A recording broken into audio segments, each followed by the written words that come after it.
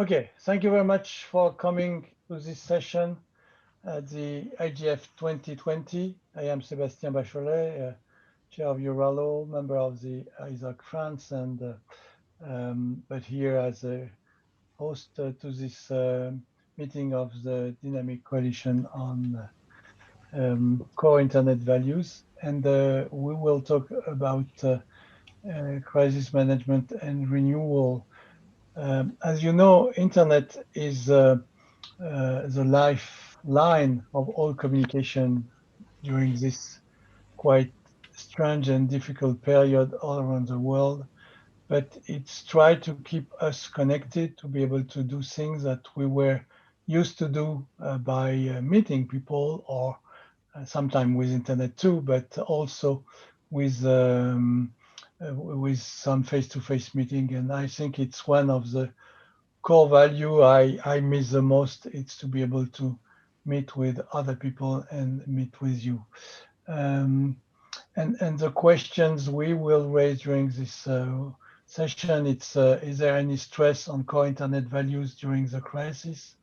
And would there be a greater realization on the significance of this value post-crisis?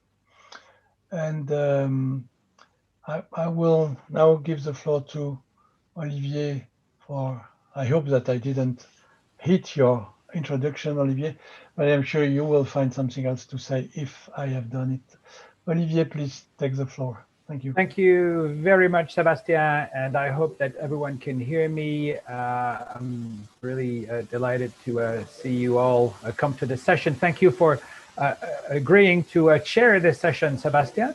It's the first in a number of years that I'm not having to chair myself, so I'm pretty happy to be able to actually take on a different angle in this annual meeting. Since the last meeting last year, that seems to be a world away from what we're living at the moment. There was another meeting, a virtual meeting that took place at the EuroDIG, European Dialogue in Internet Governance. It was a pre-event. And in the agenda page, you'll see references. And one of the references is this link to the Internet successes and failures to support a world living under COVID-19 lockdown. So a lot of the discussions might, or some of the discussions might follow up from the discussions we had back then. The world is still in the middle of this pandemic. And on top of that, we have a significant trouble with regards to the economy. The world's economies have slowed down to a great extent. And on top of that, some places in the world now have another wave, a second wave of COVID-19. But lessons have been learned in many cases. And of course, our thinking has come down the line a little bit. So today's discussion is going to be a follow-up on the 6F framework with Alejandro Pisanty taking us through this, and then a good discussion after that.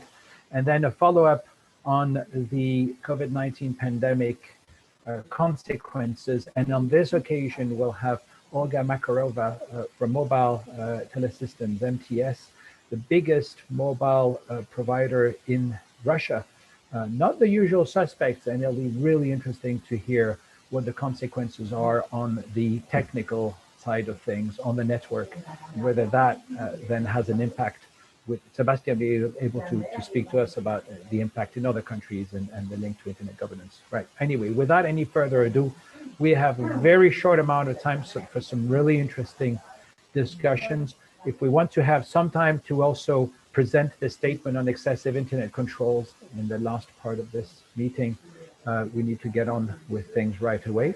So I guess I'll hand the floor back to Sébastien, who is going to be taking us through the whole discussion today. Thank you. Thank you very much, Olivier, for this introduction. And I guess you get a sense of the agenda for today. And yes, we have a lot to do in 1.5 hours. Therefore, I will ask Alejandro if you can take us through the 6F framework and the consequences of the COVID-19 pandemic. Alejandro, please. Yes, thank you. Good morning, Mexico City, 4:30 a.m. I'm very glad to take part in this meeting, as I was also very glad to contribute to its organization. Thanks, Sébastien, Olivier, Shiva, Olga, and all others who are making this possible. Very briefly, I will be speaking about the 6F framework, which we have already discussed last year. To take you briefly through it, the idea is to have a design where we have the ability to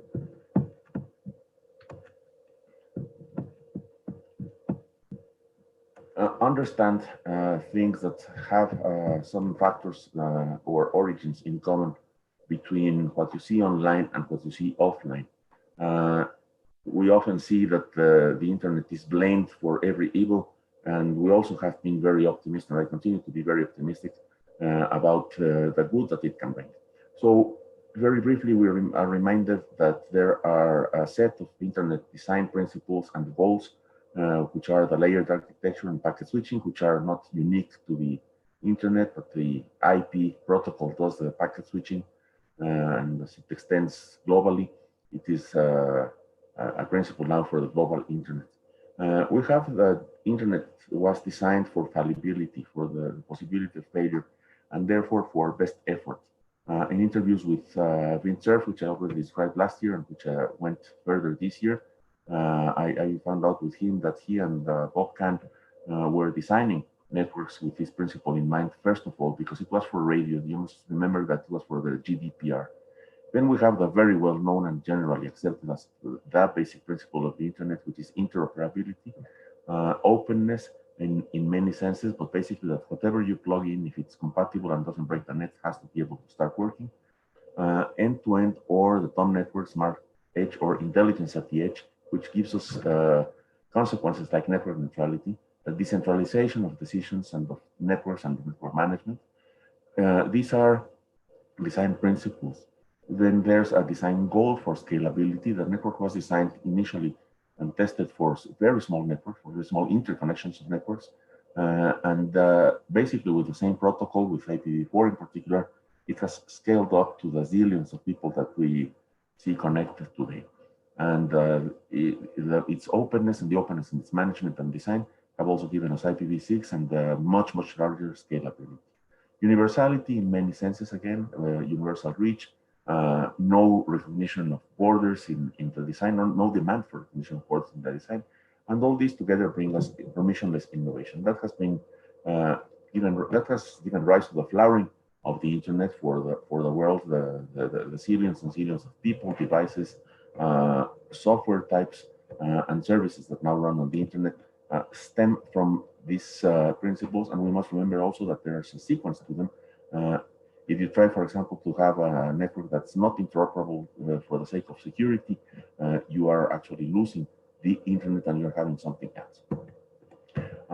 We now go to a consequence, let's say, a further abstraction of these principles, which is what happens when you try to map some known behavior offline or previous, let's say, existed already 50 years ago among humans or their organizations, like governments or companies or associations, and what you see online.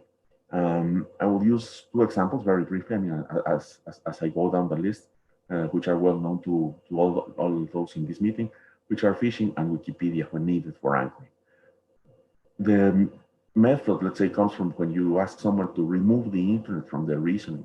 When they tell you phishing is horrible, it's all over the place, there are criminals all over the internet, you tell them, you know, there's criminals all over the world anyway, and they are doing things like phishing. For example, there's a guy who took money off a friend's mother a year and a half ago by going to her office and telling her he was coming from a bank. I mean, this was a physical encounter. The guy has a piece of paper on him which has the logotypes of several banks, and tells her, you know, we're acting on security. Our bank is very concerned with security, and you should please sign here so I can renew your passwords. And of course, he took her money. What happens when this guy goes online? He has massive scaling. Instead of visiting 30 people and maybe being successful with one every day, now he can visit 50 million people with emails, and wait for the gullible ones to fall. He's hiding behind the lack that, as you saw in the previous slide, the internet itself has no identity layer. The most of identity that you get on the internet layer in the model is an IP address. You don't get, I mean, if you go to the MAC address, you'll say that, you know, hey, devices have MAC addresses. Well, it doesn't identify the user, it identifies a circuit in the device. It doesn't even identify the device. And if you say, well, no, banks are requiring you for user IDs and passwords and two-factor authentications, this is on the layer above and outside, on the edge, not on the internet. So this anonymity is very useful to hide activists that are protesting against political regimes. They are very useful for education on sexual and reproductive behavior in cultures like those from religious or other principles who actually block women from this knowledge that can empower them for autonomy in their lives. You have trans-jurisdictional effects, the universal reach of the internet, the fact that an IP address is assigned without any recognition of borders in the design allows people to move along or across the network. So it gives you Wikipedia for repressive regimes from abroad, and it gives you, of course, the border jumping or the jurisdiction jumping that makes phishing so easy. We lower barriers in two senses, at least. It's an organizational or action barrier, which is lowered when you don't have to set up a physical company, a workshop, a physical store, instead of being able to set up an online store. And you have a barrier lowering in that, in this sense, now it is much easier for people to enter markets. So you have small landholders being able to sell agricultural produce. You have artisans in indigenous countries being able to sell their goods online, maybe through aggregators, which are also easier to set up, and so on. You have access to markets, and you have friction reduction in two senses. One of them is the economics sense, where you have perfect information markets where people know the prices, people do away with intermediaries and so on. And you have friction reduction in the UX or user experience sense, where you have one-button shopping, and citizens, for example, now expect one-click payment of their taxes or one-click starting of litigation, as much as we are used to one-click shopping in online stores. And we have a very complex set of effects on memory and forgetting. We now have a massive memory, and we also have the possibility of deleting or not being able to access because of changes of format, for example, or because something was encrypted by law 25 years ago, and now we don't have the keys, and maybe we can make a brute force attack on it, but maybe it's not legal. So we have a complex set of memory and forgetting effects. This is the framework. I hope the applications have been very clear, and they have another presentation for when we go to the point on the effects of COVID, but I'll try to separate as the agenda has been set up for this week. So I'm putting forward this 6F framework. It's a successor to the 6Ds of John Seeley Brown, which was like disintermediation, delocalization, and so on. I think it is more general, and I think it allows us to understand or to ask questions to things. If we ask, for example, for the COVID response, one of the things that we get is mass scaling of the information. We get mass scaling and a lot of barrier lowering and friction reduction through the scientific collaborations that gave us rise to, for example, the sequencing of the virus, their variants, all the immunology effects about how it acts and how antibodies form.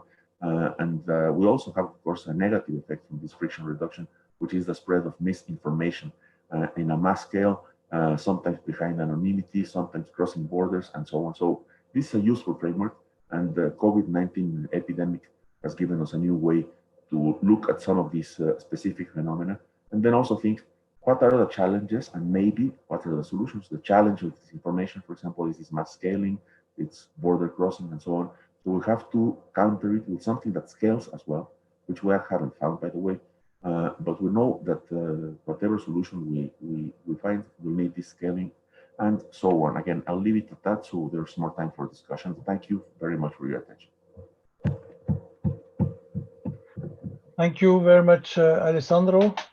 The goal of this those session or this meeting today is to have as much as possible some exchanges. Therefore, I know that Vint, you put some question and in the right place in the Q&A question place. But may I ask you if you wish to take the floor? We need to upgrade you. But I hope that it will be done soon, and that if you wish, you can talk and not just send a message. Please, can you upgrade Vint Cerf and give him the floor? It would be easier yes, if the host promotes you as co-host. Okay, I promote as co-host. Okay, no problem. Let me do that. Then also he can now speak. Vint Cerf can now speak actually.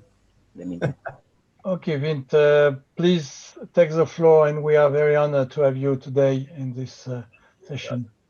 Thank you. Unfortunately, I don't seem to be able to get my video camera going. I know it works because I tested it. So apparently I need permission for that. But setting that aside, the question I was going to ask Alex has to do with permissionless innovation, which I am, much in favor of. But as I listen and see the various problems that are arising in this online environment, I do get worried about how we temper permissionless innovation so that we can do something about harmful behaviors. And in fact, as Alex was speaking, I was writing notes to myself about the fact that the internet is distance erasing. And so if you think a little bit about co-location, for example, which is often necessary for some of the real world harms that Alex was referring to, the internet permits these harms to occur at a distance, because we've all said the internet erases distance, and so it does. It creates juxtaposition where there would not be juxtaposition in the real world, but it creates juxtaposition in the online world. And so I'm beginning to think that our thought has to be related to the transformational elements that the internet has demonstrated, and figure out how we apply law enforcement or other kinds of norms in a very different environment than the real world. I do like very much, though, Alex's point that looking at the real world legal framework is an important clue for us as we try to figure out how do we put guardrails in place in the online environment. So thanks very much for letting me intervene. I'm looking forward.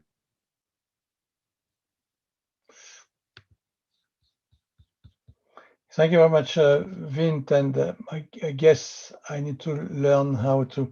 I wanted to promote you, but you just now we can see you with your video, and that will be good for the next time you will talk. Thank you very much, Vint. Thank you for showing everyone that I did dress for this meeting. Yeah, but we were sure about that, Vint. 5 a.m. Definitely. Alejandro, you want to take this question or this comment and say something, or very briefly, I think that what we see is that we have no hope of solving certain key problems like the ones of polarization or hate speech or fraud and crime on the internet by internet means only. They are always humans doing stuff, humans or companies or governments doing stuff on the internet. So we may be able to use the internet as a tool, but we have to look at solving this humans problem. I'm always reminded of an old IGF, and now old IGF, the one in Vilnius, where a law enforcement official from, I don't remember if it was Australia or somewhere, or Belgium, was telling how it was a very good cybercrime session, and law enforcement officials were very proud telling us how they were using now different techniques to spot and identify and put into jail, actually, some criminals. So they had this guy who was selling sexual activity online on demand, and they were able to spot him and pick him up. But what you are not going to fix is that he was having sex with his two daughters, for example. That's not an internet problem. And that's what I want to focus on, that we have to use the internet maybe as a tool to spot these criminals, maybe to educate, but we're not going to change people's minds internally with the psychology by internet means alone. Thanks. Thank you, Alejandro. Any other comments, questions? Please feel free to use this time for that. It's really your turn to talk. So it's Vint again. I was going to say that we need to use human solutions to solve human problems, that technology is not going to solve them for us. And I think Alex makes that point very, very well. Thank you, Vint. Thank you, Alejandro. If there are no other question or comments, maybe Olivier, you want? Okay, go ahead, Olivier. Yeah, thank you very much, Sébastien. Olivier Crépin-Leblond speaking. I don't know whether you can actually see the participants list, but I have put my hand up, so I didn't quite know whether. No, it's because there are two lists and I have to figure out which list I have to go. Sorry. The wonders of technology. I was going to ask Alejandro, as this is an ongoing work, and of course, he had already presented it at the last of our meetings, and really it's kind of, easing into the next stage here. What has COVID-19 changed in this framework? Has it had a massive impact, or is it still, is there no change to it as such? I have found that COVID-19 has, I think we'll find that COVID-19 has been a massive test for the internet in many ways. I sort of had a second presentation for this. But what I'm presenting also at the Dynamic Coalition on Network Neutrality is an analysis of the impact on internet openness. What we see, for example, there is that massive scaling effects have found some boundaries. They have been, the massive scaling under COVID was put under a really serious test. The core of the internet has held up very well in this scaling. There were needs more like, it wasn't a protocol issue, but an operational issue. For example, when European operators came together with companies like Netflix and other streaming services, or Alphabet's, Google's YouTube services, in order to demand and to agree to have lower bandwidth requirements. So for example, Netflix was showing at lower resolution in order to reduce the bit rates, and so avoid congestion at the core. The scalability has been very dramatically tested at the edge. There in countries like mine in Mexico, and the reports are more or less the same in all of Latin America and South Asia. And I have not gotten details in African countries, but we find that 40% of the population doesn't actually have access at the edge. And we have to remedy that when we have brought all our schooling, for example, online. This traffic increases measured at the IXPs shows the value of IXPs for scalability, by the way. So we're looking again at factor 1 mass scaling. International cross-jurisdictional traffic is there, and IXPs are a very good way of scaling the network. And they are reporting increases of traffic of 40%. Almost everybody I know, including my students at the university, has had to spend extra money on getting better connection, whether it be an increase in bandwidth or a change of technology to get fiber so that the latencies are diminished. But once was a house that maybe had a heavy use of the internet for Netflix at night, now has 3 people at school and 2 people at work at the same time, with very high demands for latency because we went all on video. So these are the ways that I'm using the framework, and by using it, I'm testing it. And up to now, it seems that these 6 factors are pretty good. We have things like security and so on, which are higher layer, so I'm not addressing them within the framework. But sorry, as I said last year, and I mean, the reason to continue this work and to offer it as a tool for others is to see whether these 6 factors have the ability first to be complete, that we describe reasonably well this mapping between human and let's say offline or pre-internet and online or post-internet behavior. So complete, relevant, and useful. These are 3 things to be tested, and that's an ongoing work which I'm inviting everybody to share or to invite me to the projects to share. Thank you. Thank you, Alejandro. We have less than 10 minutes to go. I wanted to not to read all the comments, but to read at least one, and it's one from Williams. It's I was wondering about the fact that originally the internet was based on the concept of freedom of the individual, but COVID requires respect for good of the community. Can anyone speak about that? I will ask Alejandro if you have some comments on that, but be sure that it will be also something we will discuss in the next session. Alejandro, you want to? Thank you. Very briefly, there's a very beautiful book called Internet Imagineers, which captures the different mindsets that were coming together for the creation of the internet, and I will leave the floor to Vint after making this very brief statement. It was built for both things. The more some of the more technical side was building this for connections, assuming that the computers would be doing a lot of the work and the network would be used for the computers, whereas another set of people were in the 1960s already were building the net for human-to-human collaboration that would be machine assisted. So these both imaginers are there together, and I think Vint has much more to say because he was in that design.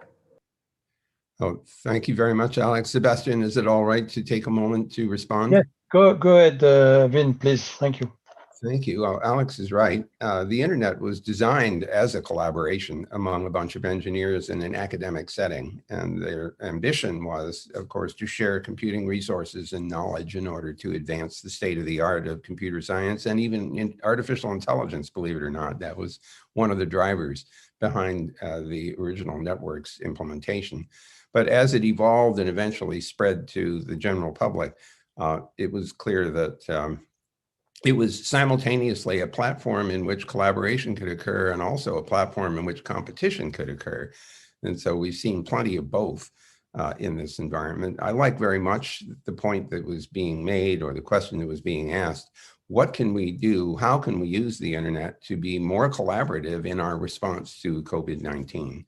It's clear that there's been heavy collaboration in the search for a vaccine against the COVID-19 disease.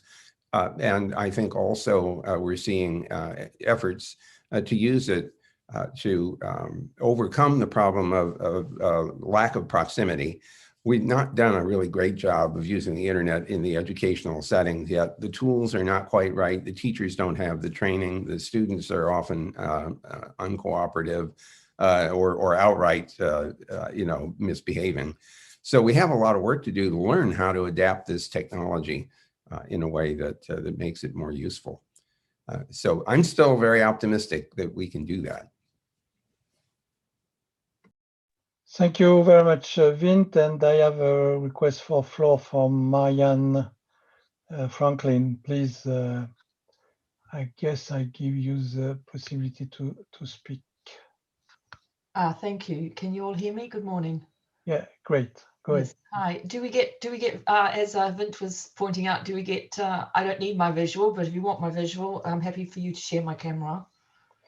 Yeah, it's more complicated because you will be cut by a few seconds, and then it's better if you go ahead because we are at the end of this. Oh, I see your point. Sorry about that.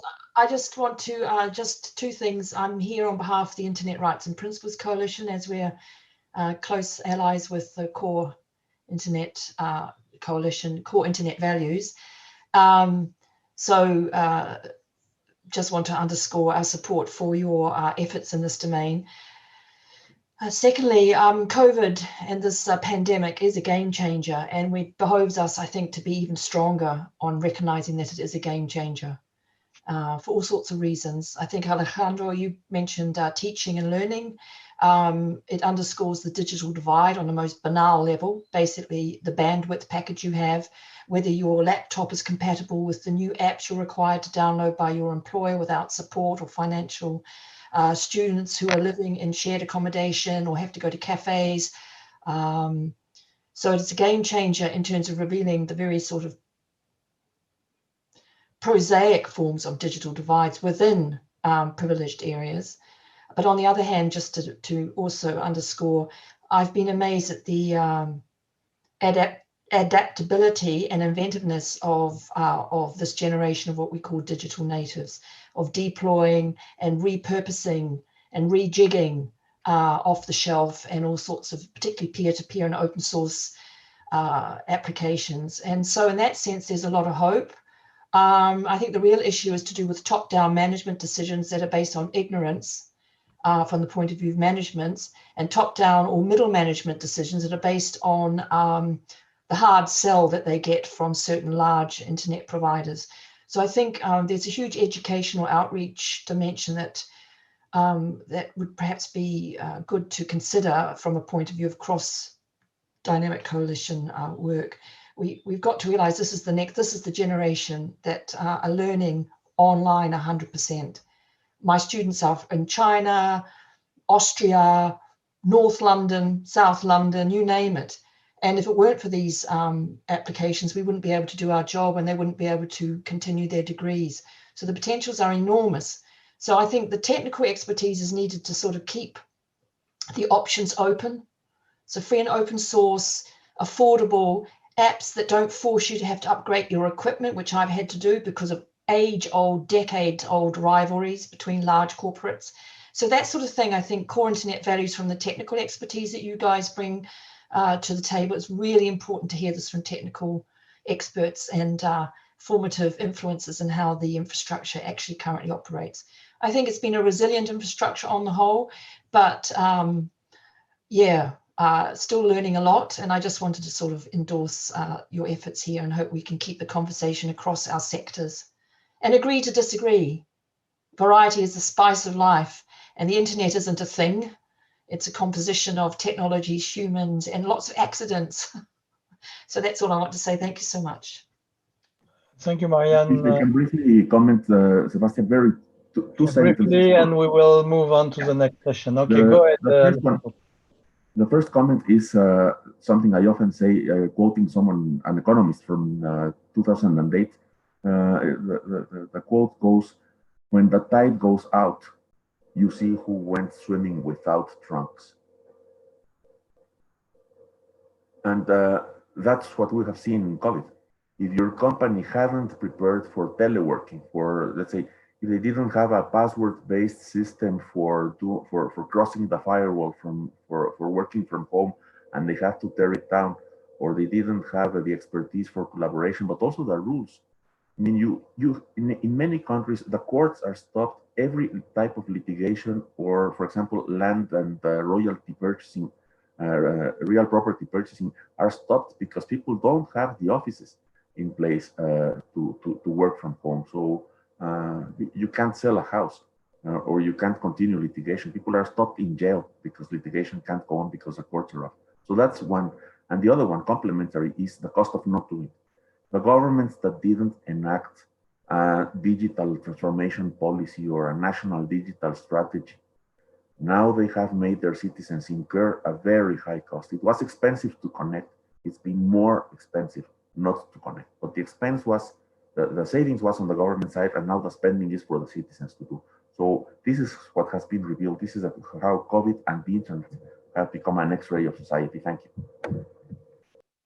Thank you very much, Alejandro, and thank you for this session and all the questions. And I will give now the floor to Olivier to introduce the next session and to share it also. Go ahead, please, Olivier.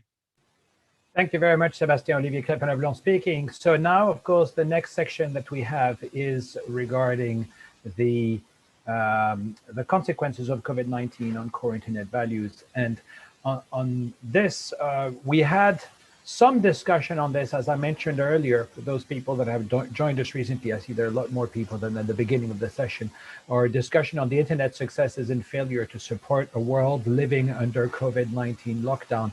There is a link in the agenda that will take you to that wiki page, which then has a link to the video recording of this session that took place in June. And there we discussed on whether the internet was fit for purpose with all of the things that it's been put through because of COVID-19. Was there a need for a new network? It was quite a heated discussion, and we're not going to reiterate it here. But one thing that might have not been totally clear back then is really what were the real consequences of the internet being used differently, with more people working at home and a lot more people resorting to teleworking, plus games, plus doing all sorts of other things on the internet. And we have the luck and pleasure to have on this occasion Olga Makarova, who's joining us from Russia, from a company called Mobile Telesystems, MTS. They are the largest provider of telecommunications, of mobile communications.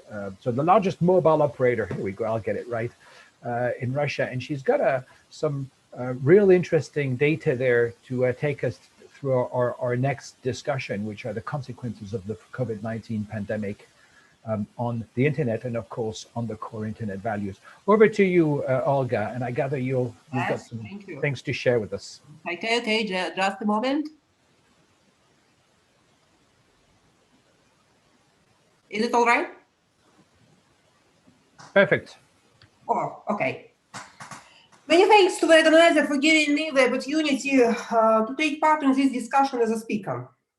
I'm starting. No one can easily accept changes. Most people are afraid of changes, especially global changes. Changes never come without losses. Alas, we have faced changes. COVID-19 had already made a huge impact on people's lives and made huge changes in them. It has been proven that spectrum of people's emotion to changes is always the same. Human emotions start with an initial shock. No, it can't be. And end up accepting them. Well, I need to accept the changes and still living in a new way. Just a moment, okay. Modern changes curves define 7 major stages in coping with and accepting changes: shock, denial, frustration, depression, experiment, decision, and integration. Left picture. Could each of these stages affect the internet traffic growth, and how? To look for answer, let's take a look at picture on the right. The stage of shock and denial probably started in February this year and ended by the April of this year. During these 3 months, the volume of our backbone internet traffic has grown by 65%. In the same months of last year and year before, we recorded an increase of no more than 15%. If so, the stages of shock and denial led to a huge increase in video traffic. We saw an over 20% growth in video traffic after the first 3 weeks of our lockdown. Our lockdown set off in mid-March, this year, and when it started, many people believed that they would be able to return to their former life soon. Alas, it didn't happen. We were expecting a new burst in internet traffic in May during the holidays. We will have long holidays in May, and plenty of people are used to spend this time traveling around the world. The pandemic has made it impossible for people to travel. People had to stay at home, but the internet traffic that was supposed to grow was not. It seems the stage frustration has changed stage denial. Traffic decreased and was distributed between a large number of resources. Video traffic dropped significantly. People stopped binge watching video. Social media traffic decreased slightly. Our lockdown ended in June. Today traffic's volume have returned to those of March this year. We forecast an annual increase in traffic of 60–65% by the end of this year. Last year and year before, we saw an annual increase in traffic at the level of 30–35%. We project the traffic growth to double this year, but I am afraid COVID-19 had made it nearly impossible to predict our internet traffic growth for next year as precisely as we used to do. No one clearly understands all the reasons for the new traffic growth this fall. Perhaps this is the start of a transmission to a new stage experiment. If this is the case, it will be very positive news. But perhaps we have just returned to the beginning of a new changes curve caused by second wave of COVID-19.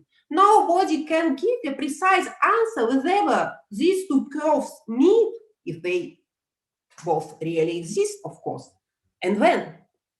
Therefore, we must prepare our networks for new challenges. There is some positive news. The pandemic has forced IPv6 traffic to grow faster than ever. Left picture.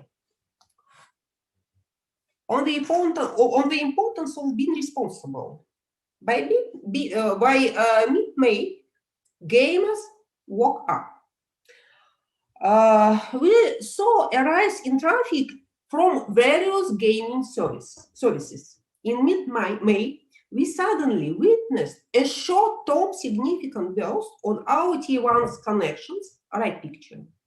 The reason for this explosion was the free distribution of game content launched by one global online internet game store.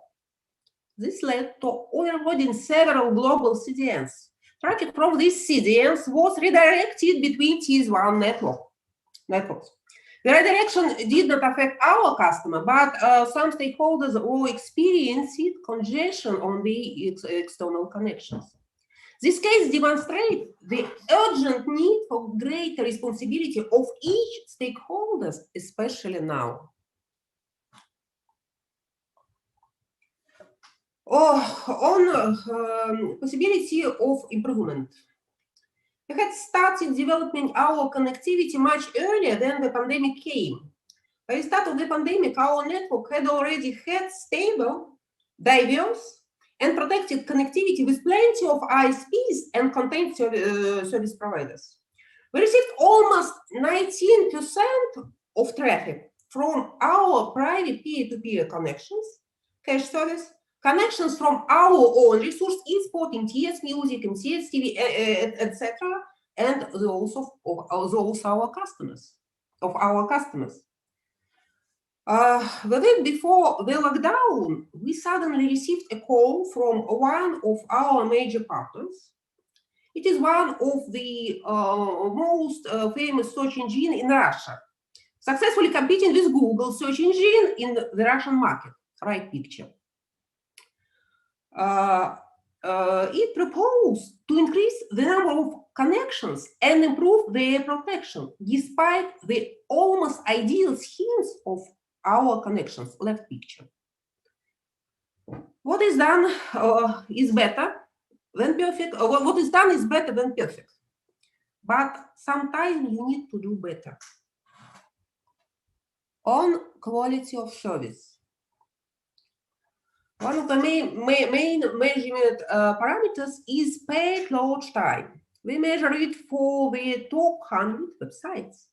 By June of this year, we discovered that over 70% of the problems associated with long page load were related to the sites themselves, not our network. We started partnering with content providers to solve problems together. And we managed to improve the quality of service during the pandemic, in spite of the pandemic.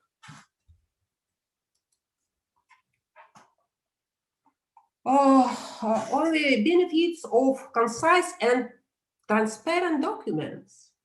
We rely on the network neutrality framework for negotiations and agreements. It is a short, concise, and transparent document. It contains only 2 pages, and everybody can read it. It was developed by the working group of Russian stakeholders, telecoms, content providers, associations, and others, in December 2015. Yeah. The document applications by all stakeholders allowed bringing content closer to consumers by establishing direct links between telecoms, nationals, and global content providers, optimizing traffic routes, and creating conditions for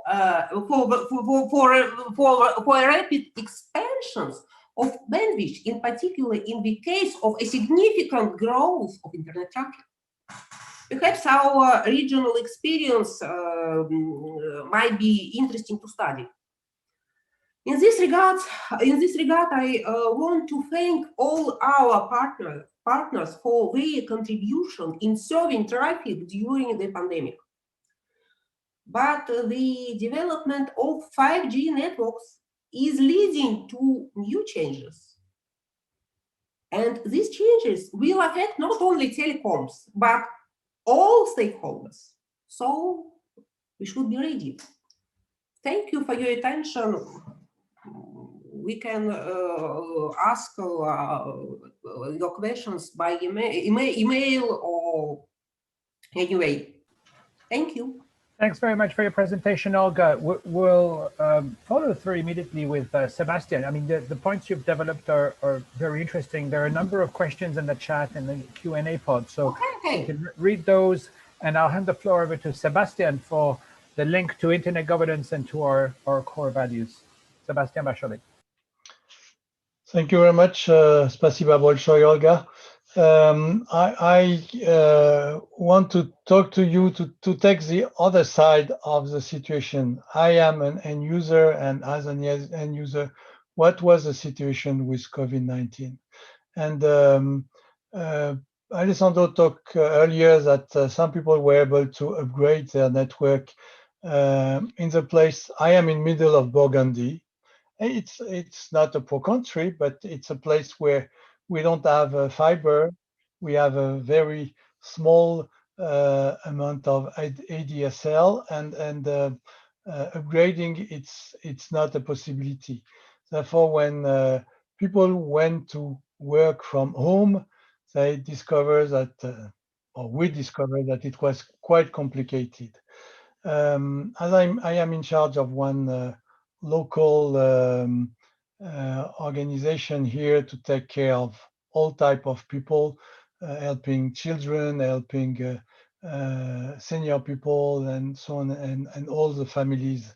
And we put staff to work home, and they were unable to work from home because of the question of the bandwidth. When the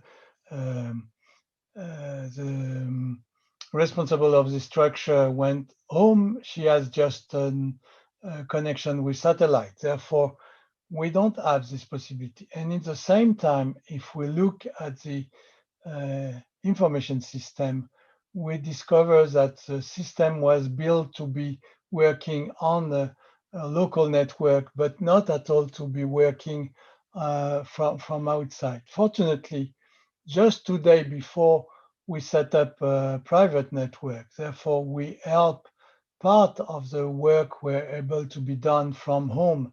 And it was just good coincidence or good planning. But the fact that we don't have enough bandwidth, it's a real trouble, both from the user side and from the company side. And we have to wait a few years before we will get to some fiber. In the same time, we try to keep with, especially with the senior people who are spread around in the country, how to help them to be connected, to stay connected. And fortunately, here again, we have helped 20 of those person to learn about internet, how to use their laptop or how to use their phone, and it was really first time they access and they learn about internet, how to use it. And it was good that we done that the year before, because during the situation of lockdown, it was the only way to be able to connect, and even it was a way they use it to make to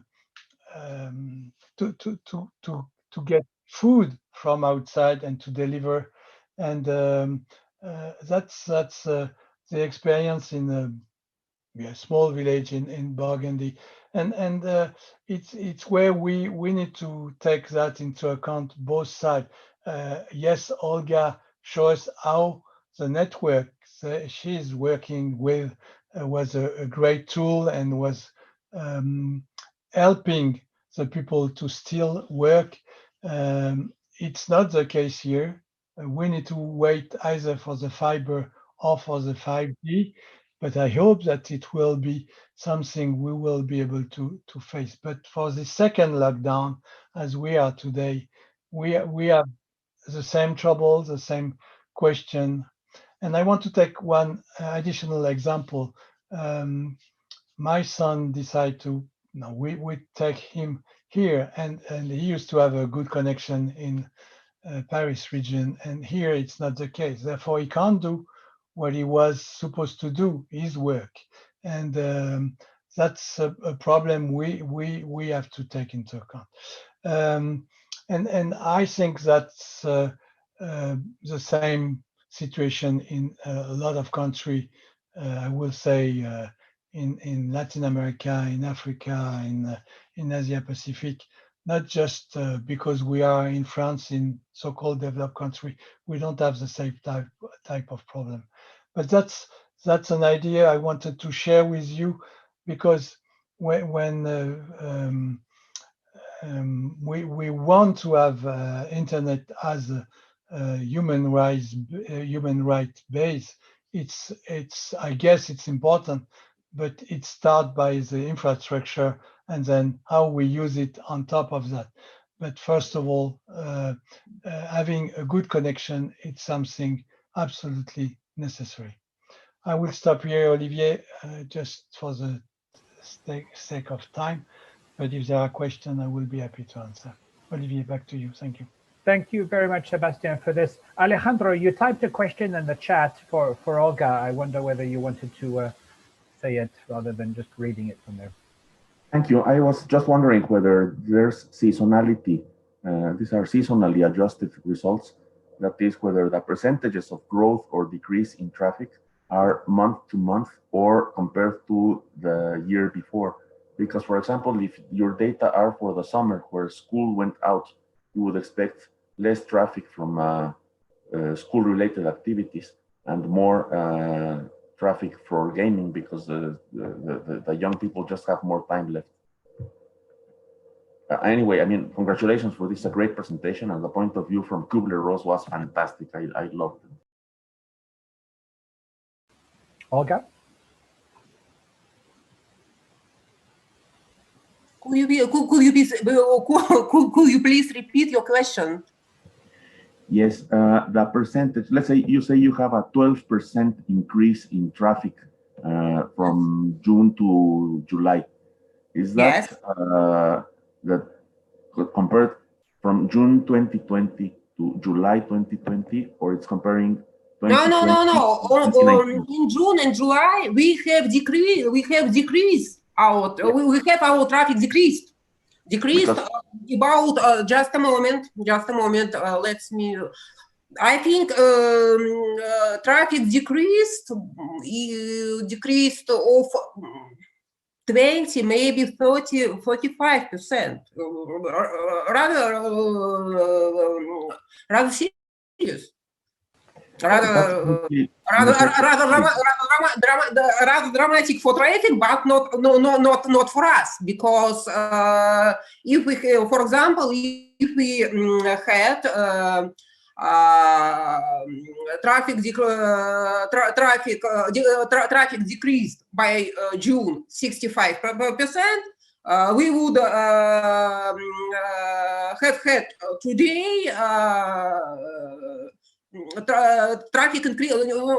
If we had traffic increase, yes, by June 65%, we will we would have had today a traffic decrease by I can't imagine. I am afraid of I am afraid to think about it. About I think maybe 120%, maybe 150%. It would have been very dramatic for us. Yeah, thank you for this, Olga. Alejandro? Yeah. Thank you, and I would like to show you a slide for a further comparison once others have asked all other questions. Okay, thanks, Alejandro. Olga, I have a question for you regarding because we've seen some vast changes. Has at any point the network been in a situation where it could not cope with the change in traffic, where you basically saw it and said, well, your company said, well, you know what, we're not ready for this sort of thing. And I wonder, as a typical internet service provider. Yeah, yes. A bit story. When we understood that we were coping with traffic increase, I decided that we had been well done, and I told my technical guys, "Oh, we had been great. We had everything very well." But they answered me, "We were afraid. You are wrong. We are not so clever. We are only very lucky, very lucky." Yes, but yes, of course, there was some participants in our market who met troubles during the pandemic, especially in March and especially March and April, especially in March and April, and we received some calls for this participant with a proposal to increase our connections. Yes, of course. Okay, thank you for this, Olga. I'm looking at the chat because I'm not seeing any questions in the Q&A. I wonder if, I know there are quite a few comments made in the chat. Very briefly, Olivier, Alejandro, Pisanty, there's Please a question. Go ahead, Alejandro, yeah. There's a question by Vintsurf, which is whether our houses, places where we live, will have to change in order for several people to be able to work at the same time. And I'm answering that it's a very, very important question. When we have I have a case among among my students. One of them has 3 brothers. They are all studying at the same time, and their parents are working. And their father is a physical education teacher. So he's teaching people physical education. They have to jump and shout and move around. So he has to do a lot of shouting. So he would need a house for himself for sound isolation. So we'll have to make many, many changes in lighting, soundproofing, and just the ability to share space. And when people live in very small homes, apartment blocks with 65 square meters, that's not a lot of space. You have less than 2 meters on one side of the room. It's basically only a monastery bed, probably with 2 or 3 beds piled up when you live in these conditions, you are not. I mean, this is another big divide in our society that is highlighted by the COVID epidemic. And if we look at more the ways the principles are being challenged, we could see that best effort, for example, has been tested mostly okay, broken at the edge in weaker networks, and major adjustments have been made by the providers, like exactly Olga showed us. What Olga showed us here is exactly the way that major adjustments are made by the operators. It's not only Netflix go low resolution, but for example, asking the gamers to game less and so forth. Interoperability has been working well. Devices have been tested, and some of them are not working well. National borders, surveillance, tracking applications have challenged the end-to-end. We're asking the network to do more. Although the European Union, for example, the operators there are very happy that the way they manage network neutrality deserves to use end-to-end in order to sustain best effort. And we can see something like this mostly okay, except for the universal reach of the internet. So this is the way I see COVID-19 affecting each of the core principles, and then this is a second framework you can use for valuable analysis. Thank you. Thank you, Alejandro, and thank you for sharing this. That's particularly important since it relates directly to the work of this dynamic coalition. I was going to mention actually that there might be some room for creation of a dynamic coalition on working from home cohabitation or something to that extent, since it seems to be that we're not in this working from home environment for the short term, but rather more the longer term than we currently are in. I'm seeing more discussion in the chat, but no outright comment. Does anybody else wish to intervene on this? Yeah, briefly, Olivier or Sébastien. Marianne wanted to go ahead. Yeah, Marianne, go ahead. Yes, Alejandro's point is very important. It's not just the issue around bandwidth, it's the fact that many people are sharing. Their access is based on shared devices. So if a family has a decent laptop or even a decent PC, is first of all a presumption rather than a fact. And some people are having to share phones, living in family units. So at home is very much defined by access to equipment and the amount of income you need to be able to buy separate pieces of equipment. And I know this isn't immediately on our radar in this discussion, but it is so crucial. You know, students who have to share the computer because their parents and their sisters or brothers are on class at the same time, and they don't have enough actual hardware, let alone enough bandwidth coming into the home. And I think we really need to drill down and get a 360-degree picture of how this actually works at the point of accessing as an individual user who may in fact have to share equipment. We're not all as well off, people are not all as well off as some of us are in terms of those options. I just wanted to add that empirically to the discussion. Thank you. Yeah.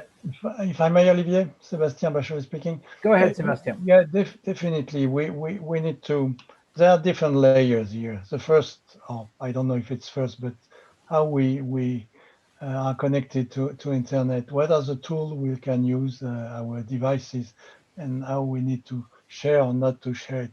And then there is how we are organized in the house. And the example of Alejandro was quite interesting. And just to take one example here, my son is working during night. Now he's sleeping in the next room. And then I have to make this conference call. And we are in trouble because we are not living at the same time, but we are sharing the same house. And fortunately, we don't have problem with space, but where the internet is, can't allow to have other places. And then we have to add to that how people know about how to use those tools and how we help them to learn, because it's not the same thing when you send somebody home and saying, now you have to work from home or you have to learn from home, that they know how to do it and what are the tools. Now we are all used with Zoom, but Zoom, it's quite complicated tool when you don't know how to even really use well your mouse. Therefore, it's all those elements we need to take into account in the future. Thank you. Thank you, Sebastian. Marianne, I think you wanted to answer one of Vince's comments in the Q&A pod. Yeah, absolutely. I was just thinking, can we also Vince talking about the economics and Roberto's talking about the laws of physics, totally get you there. But there are cultural aspects as well. And the COVID crisis and the need for us to be online as individuals, but also as communities or as classes or as groups, is bringing to the fore the cultural and also the psycho-emotional dimensions to how people, communities, groups, family members, extended families presume that they can use this equipment. And I think that would make more powerful this discussion, to remember the cultural aspect. There are different ways of using these portals and these devices. And I'm reminded of my privilege when my students knock on my door and say, I'm sorry, but I just can't get to class. I can't actually get to the computer. It's my dad's using it, say, for instance, Sébastien, and he's got to work. These sorts of things are very subtle, but they're very concrete in their consequences. So point taken, Vincent and Roberto, but just wanted to add the cultural aspect as part of our empirical data. Thank you. Thank you very much, Marianne. And I think Shiva Subramanian Mutasamy wanted to close off on the topic because time is going fast. Shiva?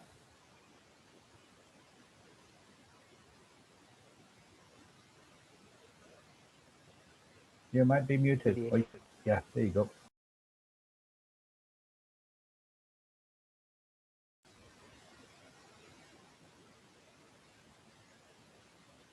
You're still muted.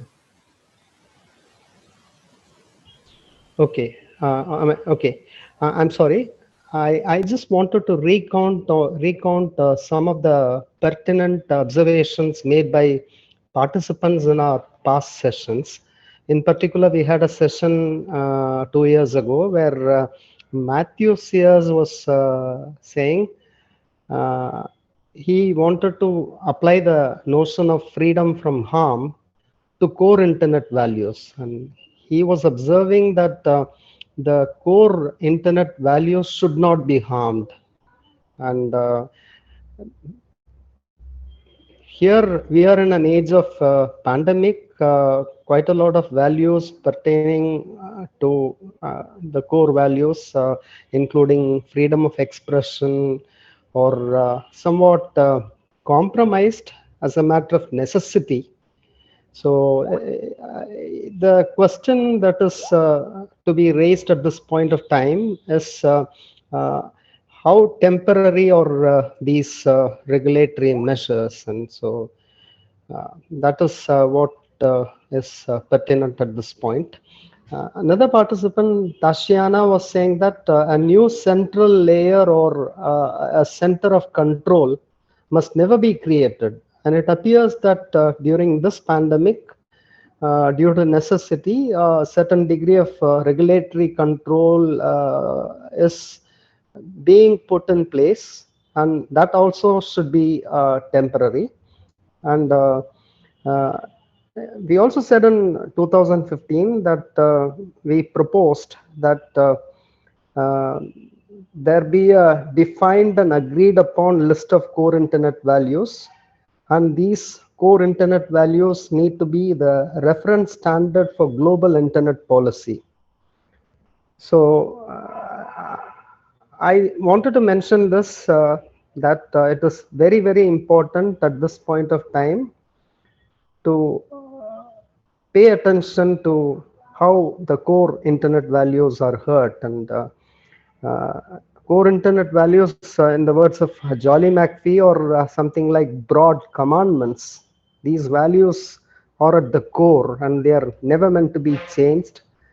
There is temptation at a point of time like this to alter it in a certain way, but whatever alterations are done are temporary. So that's all I wanted to say, and I would like Vint or someone to bring in their insights on this specific topic before it's closed. And thank you, Olivier.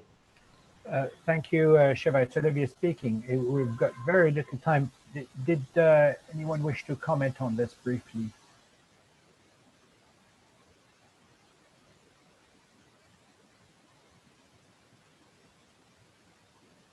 I note in the chat the internet invariants that Leslie Daigle has been speaking about, and I know that the Internet Society has followed up with much discussion on this topic as well. So it's Vint. I'd like to respond to Siva's point. I think I'm reaching the conclusion, I don't know about anyone else, that all of the freedoms that we want to apply to these, the core values of the internet have to be tempered somehow. And I think we're learning that that we can't have a completely unconstrained environment because humans don't behave well in environments where there are no guardrails and where there are no norms.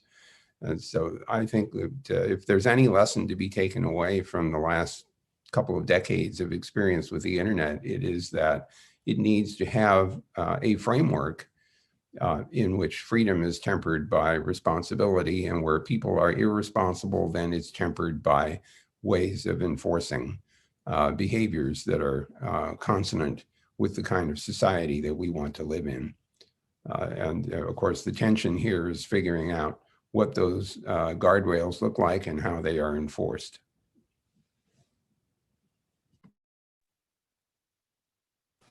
Thanks very much for this, Vint. I guess that's the words of wisdom for the end of this topic, and we certainly have much more discussion in the future on that. The last part of this section of this meeting is going to be about a statement that has been drafted by a number of people in the coalition. And the effort has been led by Gregory Name, who's joining us here. And we also have some members of the other dynamic coalitions that have decided to support the statement. Gregory, over to you to just show us through it. I don't know whether you'll share your screen or whether you want me to share the screen. Thank you, Olivier. It would be good if you could share your screen, please. Okay, I'll do so. Okay, thank you everyone for this opportunity. I suggested this statement in order to address government behaviors that are detrimental to freedom of speech. We have listed 5 instances of excessive controls, and especially we call excessive any unilateral control of the internet for political reasons, especially for political purposes. Reason can only exist if human beings are allowed to scrutinize each other. And this applies especially to political life. Every country that is a signatory to the Universal Declaration of Human Rights and to the International Covenant on Civil and Political Rights has a duty to ensure freedom of speech. But not every country is fulfilling their commitments.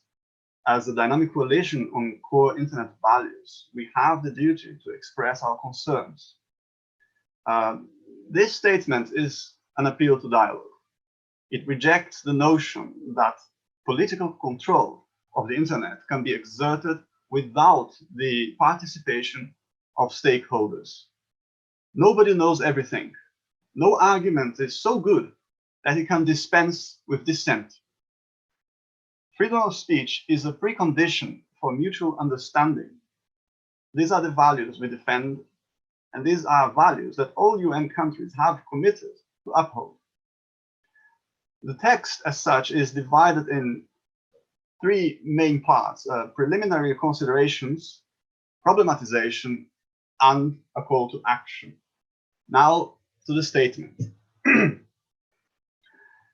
The internet is architecture as an ecosystem that is free and open, global, decentralized, end-to-end, user-centric, and robustly reliable. As a global network of networks, the internet is a universal medium meant to be open to all, regardless of geography or nationality. Its interoperability makes it possible for any computer system to run application programs from different vendors and to interact with other computers across local or wide area networks, regardless of their physical architecture and operating systems. The Internet's technical standards are open standards that enable any device or network to connect to the Internet and allow these services and allow diverse services, applications, or types of data. The Internet is meant to be free of any centralized control. Its end-to-end and user-centric nature gives control to the end users over the type of information, application, and service they want to share and access. The internet is robust and reliable. The internet owes its success not only to the technology, but also to the way it operates, with no single authority directing it, except for its unique addressing system coordinated by ICANN, which is designed for robustness and reliability, and whose policies are developed in an open, multi-stakeholder manner. Internet governance is a multi-stakeholder global process of furthering the evolution of the internet as a universally accessible, global, free and open, interoperable, end-to-end, decentralized, and loosely coordinated ecosystem. The internet is free of barriers to connect, communicate, and create. The IGF, in particular, is a forum of multi-stakeholder policy dialogue. These, so far, are the preliminary considerations. Now we are going to the problematization. Recently, unilateral government actions have undermined public trust in the internet as a force for good. Such actions do not reflect an international consensus. They do not result from dialogue with stakeholders in the communities affected. They are not endorsed by the IGF, the Forum for Internet Governance. Such actions include suppression of political dissent. Despite calls for content moderation in given circumstances, there is no consensus on what constitutes reasonable moderation. On the other hand, there is a consensus that the systematic suppression of political dissent does not qualify as reasonable moderation. National fireworks. Global reach is a core principle of best technical practices. It is built on end-to-end communication and interoperability. This principle only works if the internet is shaped with a view to facilitate free interaction among its users and functions as a network driven by the endpoints of communication without censorship or controlled routing. National shutdowns. By shaping the internet in ways that lead to fear and confusion in local communities, governments jeopardize international goodwill. If there are security concerns, there are technological ways of finding out what specific target is affected, with no reason to shut the entire network down. Shutdowns infringe basic human rights, such as freedom of expression and the right to information, with harmful consequences for people's lives. Fragmentation of the internet. The blocking of internationally available servers to a portion of the users, including the blocking of applications, or applying provider discriminatory or content-aware or region-specific traffic shaping policies, causes the fragmentation of the internet. Fragmenting the internet offends the principle that all humans are born equal and therefore must have equal access to any information and knowledge available to mankind. Data periodization and traffic shaping. The internet is a global network of networks. By dictating how networks should connect with each other and by splitting traffic, governments undermine the agility, resilience, and flexibility of the internet. The rules of connection between networks should result from technical rather than political considerations. This is the problematization, and then a short call to action. The undersigned organizations and groups distance themselves from political actions that distort the inclusive and global nature of the internet. We therefore encourage governments to seek democratic legitimation for their policies. This is only possible by engaging in a participatory dialogue with stakeholders. Dynamic coalition in core internet values. Dynamic coalition on Internet of Things. Internet rights and principles coalition. Youth coalition on internet governance. This is the statement. As this is an ongoing debate, we welcome ongoing input. I would like to thank everyone who contributed to the drafting, and I very much look forward to further constructive discussions and dialogue on this. Thank you very much. Thank you, Gregory. Sorry, Sébastien Bachollet speaking. I take back the moderation of the session, and I would like, if you have comments, please raise your hands or put a question in the chat. But may I ask if other leaders or leaders of other coalition, dynamic coalition, would like to take the floor and express their view on this document. And we are supposed to finish soon. I don't remember what time we were supposed, but please, if there are other people from other.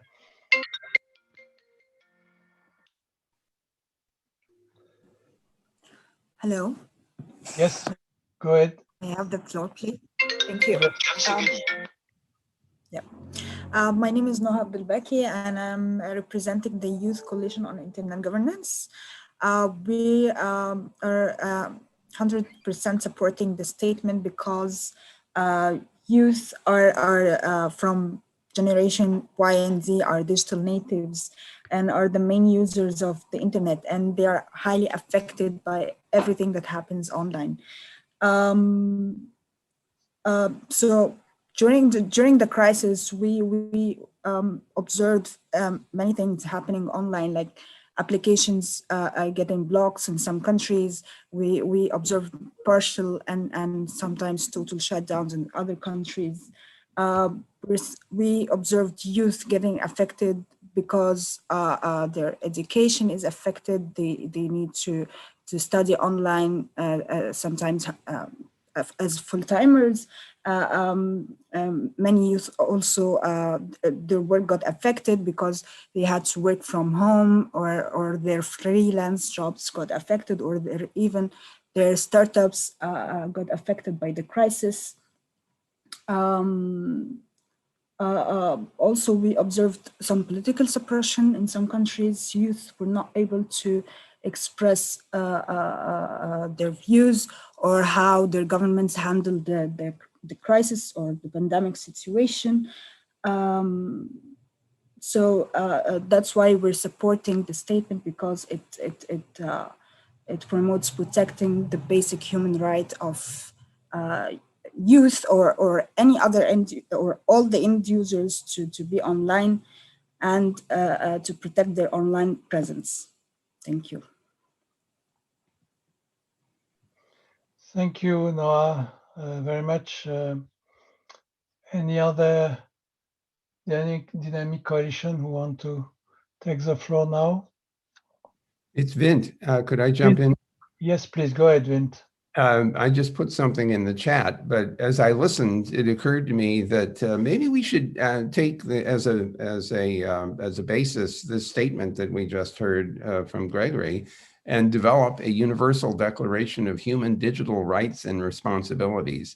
And I note that the Universal Declaration of Human Rights did not include the word responsibility, and it strikes me that this would be an important addition to a statement in this digital context.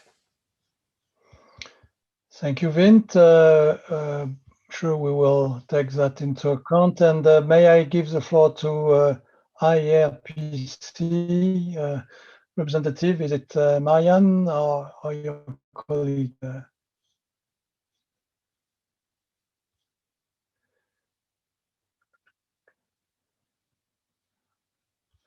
Marianne. Okay, I need to do It's something. either going to be Marianne or Minda, one of okay. Minda is saying, please, Marianne, go ahead. So, and Marianne, please.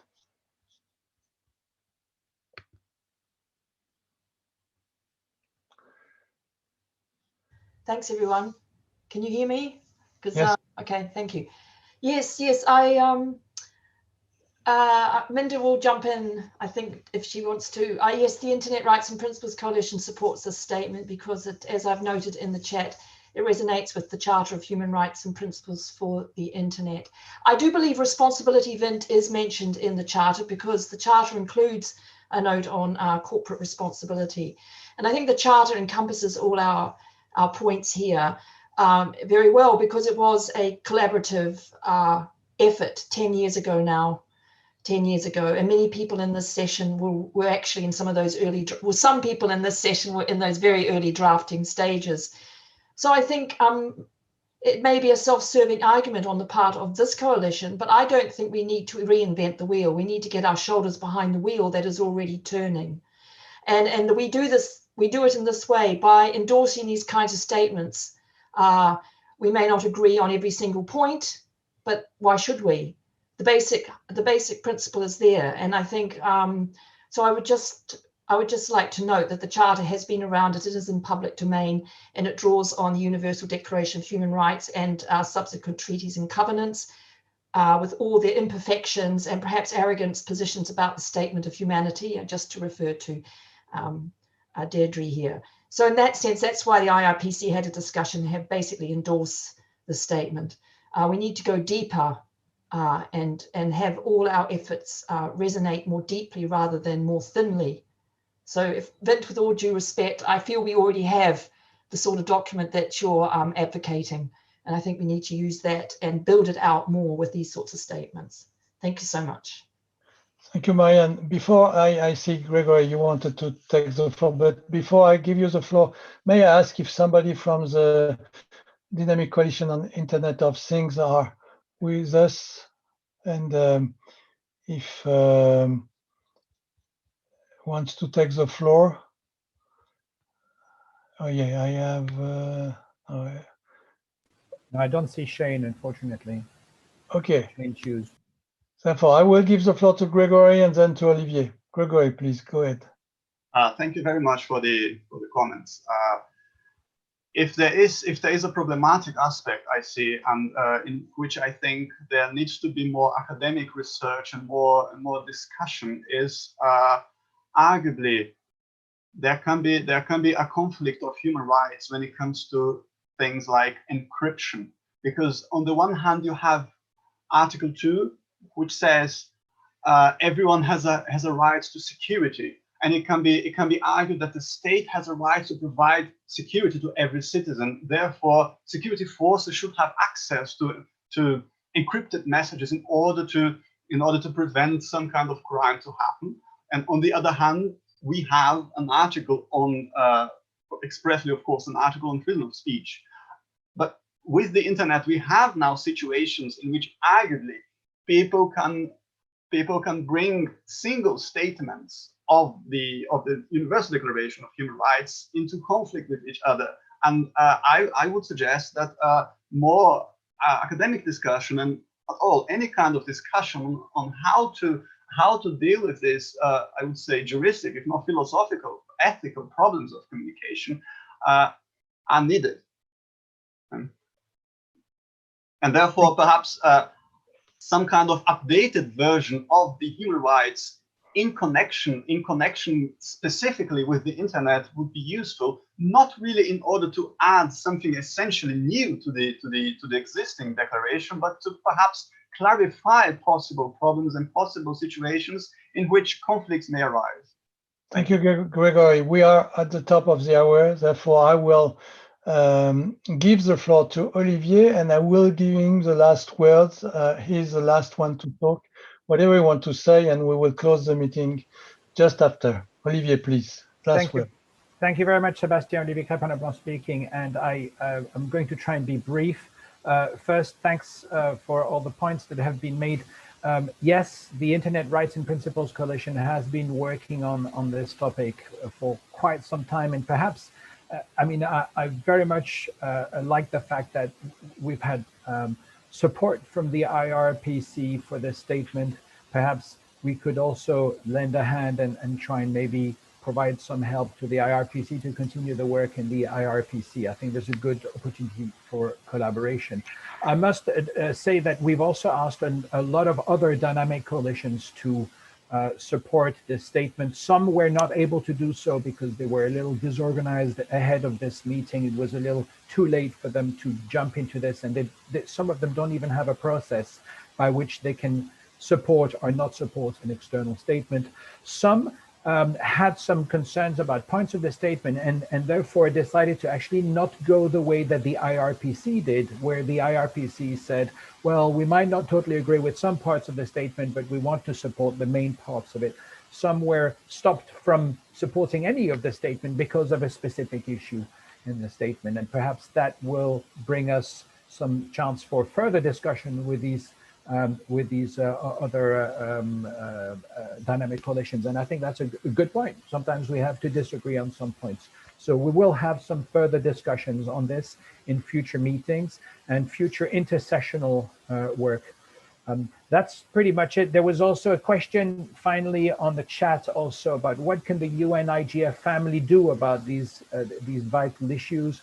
And of course, releasing such a statement here as a number of dynamic coalitions is one step. Spreading it to for more people to join and to take part in the work is another thing. All of the dynamic coalitions, not just the one on the core internet values, but the other ones out there need more people to help in the work and more active people to help in the work. And it's only by working together that we can make our voice known further and get the UN-IGF to give it its full strength. I think that's all I needed to say. We're already late on this. I wanted to thank everyone for having attended this call, this meeting, I guess, the first virtual meeting that we do. It's a bit of a pity that we can't meet. Hopefully next year we'll be able to meet again. And of course, I wanted to thank Sébastien Bachollet very much for having chaired this session. Did a fantastic job.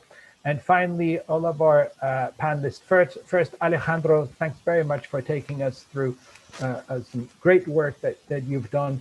Olga, thank you so much for this very interesting insight. And Gregory, of course, for having taken us through the statement and helped us all draft on this. If you're not on the mailing list, please drop me a note, ocl@gih.com, and then we'll add you onto the mailing list of the Dynamic Coalition. And I think it's time for us to go to a close. So thank you, and thanks, of course, to our colleagues Kian and Vincent for having expertly run this virtual room for us all. Thank you, and see you all soon.